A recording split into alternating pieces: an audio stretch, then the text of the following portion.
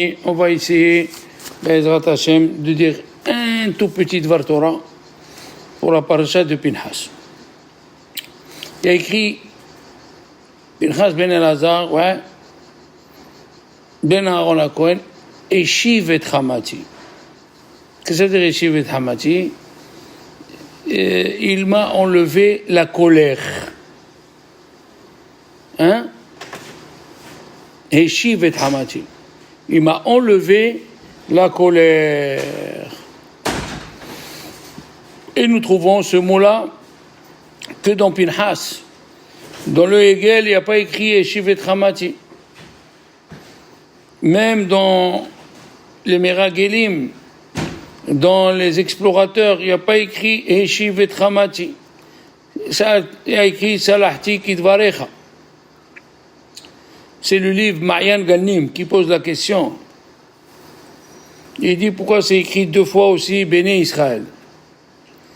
Et Hamati Ma'al Béné Israël, Bekano et Kinati Betocham, Velo Chiliti et Béné Israël Bekinati. Pourquoi deux fois? Troisième question intéressante. Pourquoi dans la paracha de Balak, nous avons écrit l'action qu'il a fait Pinhas et la récompense est dans la paracha de Pinhas? Pourquoi? Alors il y a écrit Vaïtzmedou dans la paracha de Balak, malheureusement, Vaïtzamed Israël et Baal Peor. Israël a suivi Baal Peor, et excusez-moi, de votre honneur, nos chachamim me disent, c'était quoi cet avodah zara? C'était de faire ses besoins, devant la avodah zara. C'est quoi faire ses besoins? C'est pour dire qu'on s'en fiche de tout. Et pour faire ses besoins, il faut manger. Alors que les Juifs, ils mangeaient la manne. Ils n'avaient pas besoin d'aller aux toilettes. Eh bien, c'est pour ça que c'est écrit. Vatikrena la'am. Nizibhe Elohim vayocha la'am. Il a mangé le peuple. Fallait qu'il mange pour faire les besoins. D'accord? Après, qu'est-ce qu'il a dit? C'est écrit, Pinhas, il est venu, El Akubba. Vayavo El Akubba. C'est quoi Kubba? C'est une tente. Après, c'est écrit, combien ils sont morts? Vaya Metimba Magefa, Arba'im Ve'esrim Aleph. 24 000. Comment s'appelle la fille? Kosbi Batsour. Tsour, Tsour, il fait partie un des rois de Midian. Et qu'est-ce qu'il dit Rashi? Rashi, il dit qu'il fallait les tuer, et Chayav Skila, celui qui fait avodah zara, les Chayav Skila, et il fallait le suspendre, en l'air. Oui. Pinhas, mais voilà. Baïchaper al Béné Israël. Malheureusement, il a dit Dieu à Moshe, Kah et raché am, prends les chefs. Veoka otam. Veoka otam. Et suspends-les. Neged Hashemesh, devant le soleil. Qu'est-ce que c'est devant le soleil? Chaque personne que le soleil ne donnait pas sur sa tête, il était bien. Mais si le soleil était sur sa tête, c'est qu'il a fait l'avodah zara Baal Peor, il fallait le tuer. D'accord? Voilà. Oka otam et ta'ovdim, il dit Rashi. Parce que c'est écrit dans la Gemara de Sanhedrin, tout celui qui est Chayav Skila, Nitlim, on les suspend. Hein? Malheureusement. Et qu'est-ce qu'il a dit Moshe maintenant? Vayomer Moshe, Hirgu ish et anashav. Que chacun y tue l'autre. Il y avait 88 000 Dayanim, qu'ils ont tué 2 chacun, ça fait 176 000 morts, selon Rashi. Ok? Mais, Rabbi Moshe Bar Nachman, il nous dit une chose extraordinaire. Pourquoi c'est pas écrit dans la Torah, Vaya'asu Ken? Que les Dayanim ont fait ce qu'ils ont dit Moshe. Il n'y a pas écrit. Pourquoi il n'y a pas écrit?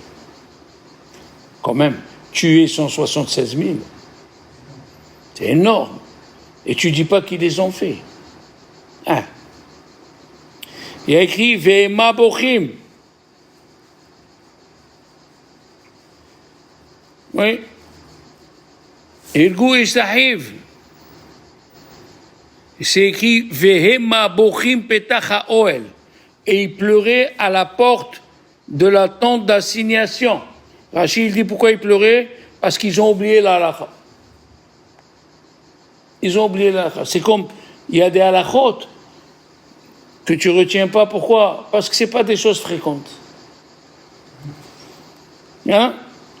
Les Dayanim, ils ont pleuré, Rachid dit, parce qu'ils ont oublié. Hein? Le Chizkouni, Alav Shalom, il dit, pourquoi ils pleuraient? Parce que c'était dur pour eux qu'un tue un homme de sa famille. Tu t'imagines, si son frère il a fait un Avodah Zarah, il faut le tuer. D'accord?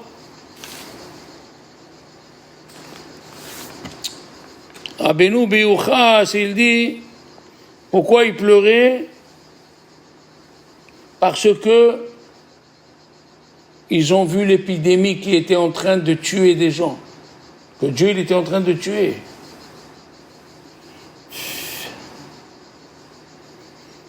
Et alors, il pleurait comme un monsieur qui prie Dieu en pleurant pour arrêter la Magéfa, pour arrêter l'épidémie.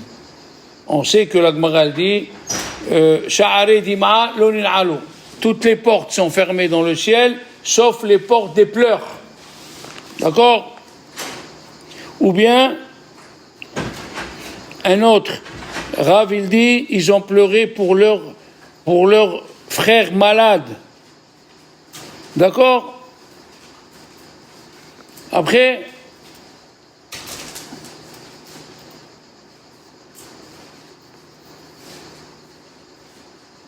nos chachamim, ils disent,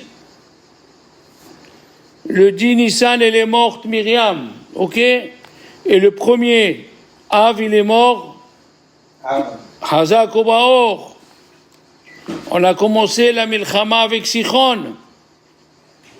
Hein? Quel mois? Le mois d'Elul. On a fait la Milchama avec Sichon. Et Og, c'est après Sukkot.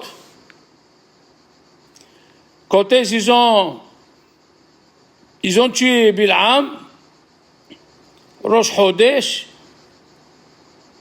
Tevet. Mais lui, quand il est venu maudire, je vous l'ai déjà dit, quand il est venu maudire les enfants d'Israël, il est venu au 10... à Rosh Hashanah, Lecha Arali. Arali, Alev de Rosh Hashanah. D'accord? Ouais. Donc, c'est pour ça que pendant ces 10 jours-là, il a dit, Bil'am ma'ekov lo kaboel. Je ne peux pas maudire parce que Dieu, ces 10 jours, il ne s'énerve pas. Et entre parenthèses, c'est pour ça que, il dit le Rambam, celui qui ne fait pas teshuva pendant ces 10 jours jusqu'à Yom Kippour, son péché est grandiose. Parce que Dieu, il ne s'énerve pas. Il est à côté de toi. Il est assis à côté de toi. Il est plein de miséricorde. Ok? Donc, il se préparait à rentrer en Eretz Israël. Maintenant, vous devez savoir pourquoi ils sont sortis les Juifs pour aller voir Moab et Sihon. Les affaires. Quelles affaires? Le lin, c'est ça? Le linge et tout, pour le tissu, Pour acheter du lin. Comme ça, il dit le Midrash. Pourquoi? Parce que celui qui est habillé avec du lin, on ne peut pas lui faire un hara. Pourquoi? D'où on le sait? D'où il sort le lin, les amis? Là. De l'arbre. C'est une plante. Oui, mais ils sont de là, je crois, une arbre qui... Le lin, il pousse au bord du fleuve en Égypte. Comment il s'appelle le fleuve qui passe dans l'Égypte? Léon, tu as juste oublié. Pishon. Pourquoi on l'appelle Pishon? Pishtan. Et alors, toutes les magies, ils marchent, sauf si tu es en bas de l'eau. Si tu es en bas de l'eau, la magie, elle ne marche pas. Pourquoi? Parce que quand tu es en bas de l'eau, c'est comme si tu as disparu de la surface. C'est la raison pour laquelle la femme, elle fait mikvé. Elle rentre dans l'eau. Si jamais il y a eu des mauvais malachim qui veulent se prendre à elle, ils disparaissent. Alors les enfants d'Israël, ils voulaient acheter du lin. Le lin, quand tu le portes, on ne fait pas un hara pour les enfants et tout ça. Qu'est-ce qu'il leur a dit à Moshe?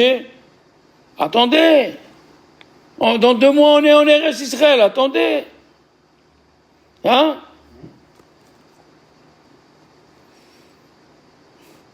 Qu'est-ce qu'il a fait Pharaon? Les enfants, il a habillé Yosef avec une tunique en lin, pour pas que les Égyptiens qui sont là-bas de père en fils, ils lui font un hara à Yosef. D'accord? Quand est-ce Moshe Rabbeinu il a commencé à parler, écrire la Torah? Rosh Chodesh, Shevat, poisson. Hein? Poisson, d'accord? Comment on dit un pasouk en français? Pasouk, ça veut dire? Chapitre, un verset. Pasouk. Un verset. Alors. Un verset, parce que c'est verso. C'est le mois de verso. D'accord? 176 000 selon Rashi, les Dayanim ils ont tué. Plus les 24 000, 176 000 plus 24 000 léons. Ça fait combien? 204 000. 200 000. 200 000. Ah, 200 000. Mamash. Selon Rashi, 200 000. Donc, écoutez bien, si on fait le calcul, ils étaient 600 000 moins 200 000. Combien ils sont rentrés en Eretz Israël? De 20 ans à 60 ans, 400 000. On a perdu 200 000 juifs. D'accord?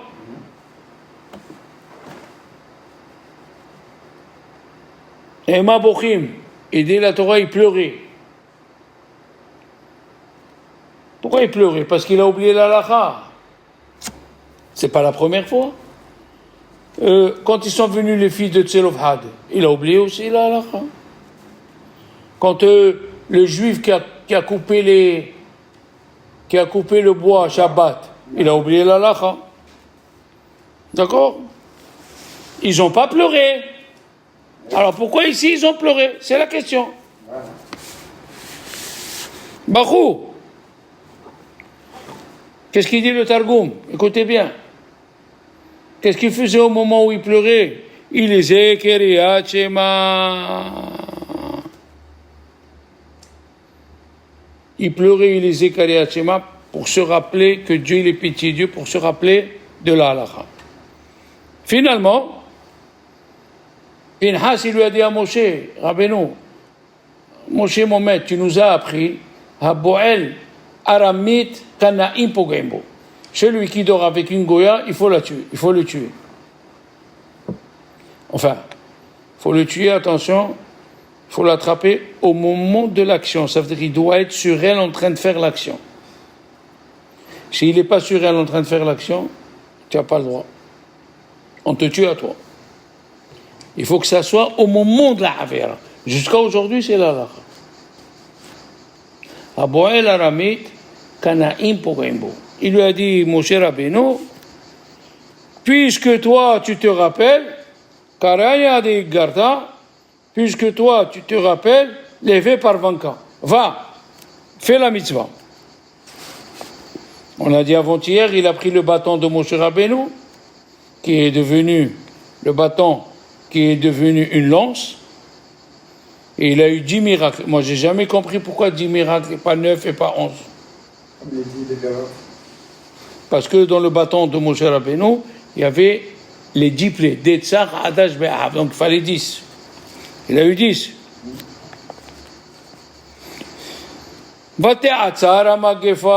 Qu'est-ce qu'il a fait Dieu? Il a arrêté l'épidémie. D'accord? Il a arrêté. Le Ramban, Rabbi Moshe Bar Nachman, il amène une nouvelle vue sur cette paracha. Il a dit, elle s'est arrêtée la Magefa. Attention, la Magefa, quand elle vient, elle tue les tzadikim et les rechaim. C'est pour ça que Dieu nous a dit en Égypte, ne sortez pas de la maison, parce que l'ange qui va venir, si tu es dehors, il tue. Il a dit Rava dans la Gemara de Baba Metzia, quand il y a une épidémie dans la ville, reste chez toi et ferme les fenêtres. Eh bien, qu'est-ce qui est arrivé pendant le Covid? Reste chez toi. D'accord? Il dit le Ramban, mais le fait que Pinhas, il a pris la vengeance de Dieu, les Shem Shamaim, pourquoi? Parce que c'est écrit Bekan O, El Kinati. Pourquoi 2 mots? Parce qu'il est parti pour se faire tuer. Il est parti pour se faire tuer. Oui. Et il a écrit Inini notello et beriti shalom. Qu'est-ce que ça veut dire beriti shalom? Dis-lui que les proches de Zimri ben Salou ne vont pas le toucher. Je le protégerai. D'accord? Et alors, Dieu, il a arrêté l'épidémie. Qu'est-ce qu'il dit le Ramban? Une chose extraordinaire. Ils devaient les tuer et ils n'ont pas tué. Tu écoutes ça? Et alors comment? Ils n'ont pas tué les 176 000. Comme il dit Rachid. Alors où ils sont passés? Bonne question. Il a amené un pasouk dans la paracha de Devarim. Un pasouk dans la paracha de Devarim, c'est écrit parce que la Torah, elle répète ce qui s'est passé. Moshe Rabbeinu, il répète. Ok? Moshe Rabbeinu, il répète ce qui s'est passé. Et qu'est-ce qu'il dit dans Devarim? Ki chol ha'ish asher halach ahare Baal Peor hishmidu Hashem. C'est Dieu qui l'a tué. C'est pas les Juifs qui ont tué. Et d'après le Ramban, il n'y a pas eu 176 000. Il y a eu 156 000. Amen.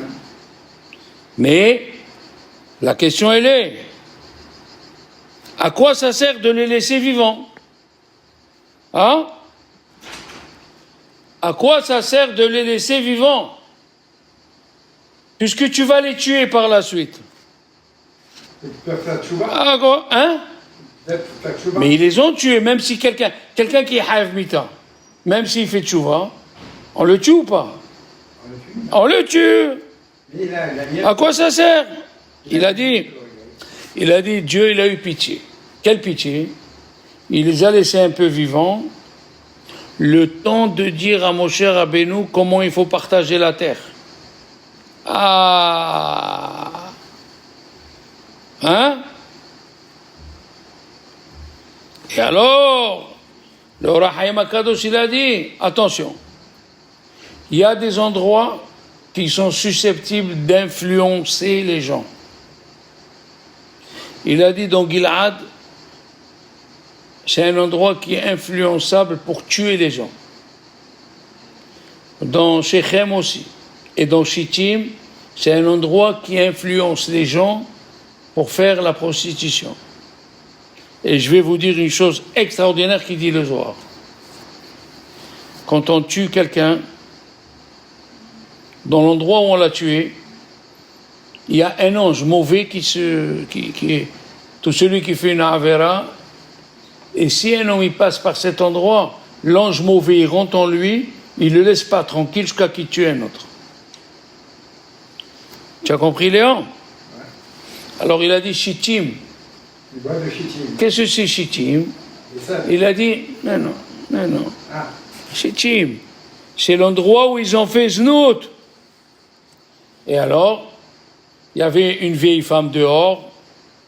Elle lui dit voilà tel prix. Et dans la tente, il y avait une jeune fille. Il lui dit moi je te fais moins cher, mais il faut que tu manges d'abord.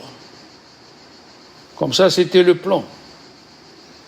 Il a dit Or HaChaim HaKadosh, ils sont sortis se promener. Voilà ce qui est arrivé. Comme la fille de Léa. Dina, tu es sorti? Pourquoi tu sors? Qu'est-ce que tu as à faire là-bas? Tu es sorti, voilà ce qui arrive. Il dit, s'ils étaient restés à l'intérieur du camp, avec la tsni'out, il n'aurait pas arrivé ça. Alors maintenant, pourquoi il pleure? Il a dit Rabbi Yosef Soroski, les Dayanim, ils pleuraient, parce qu'il dit c'est de notre faute. On n'a pas averti nos enfants de ne pas sortir du camp. Et le vin d'égoïme n'était pas interdit encore. Alors la jeune fille lui dit, tiens, bois un peu de vin, mange, fais tes besoins devant la Avodah Zara et dormez avec eux. Tu me suis? Maintenant, qu'est-ce que nous disons? Écoutez bien. Nous disons que le 17 Tammuz, une des choses qui est arrivée, la muraille, elle s'est cassée. Et qu'est-ce que son fils de la muraille s'est cassée? Dis-moi, un monsieur, il fait une analyse, et le monsieur, il lui dit, il vous reste 10 ans à vivre.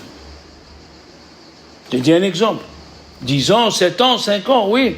Est-ce que chaque année, le jour où le docteur, il lui a dit, tu as quelque chose et tu ne vas pas vivre, il va s'asseoir, faire une séouda, ou se lamenter? C'est la question qu'il pose Rabbi Yaakov Ganiski. Il répond une chose extraordinaire.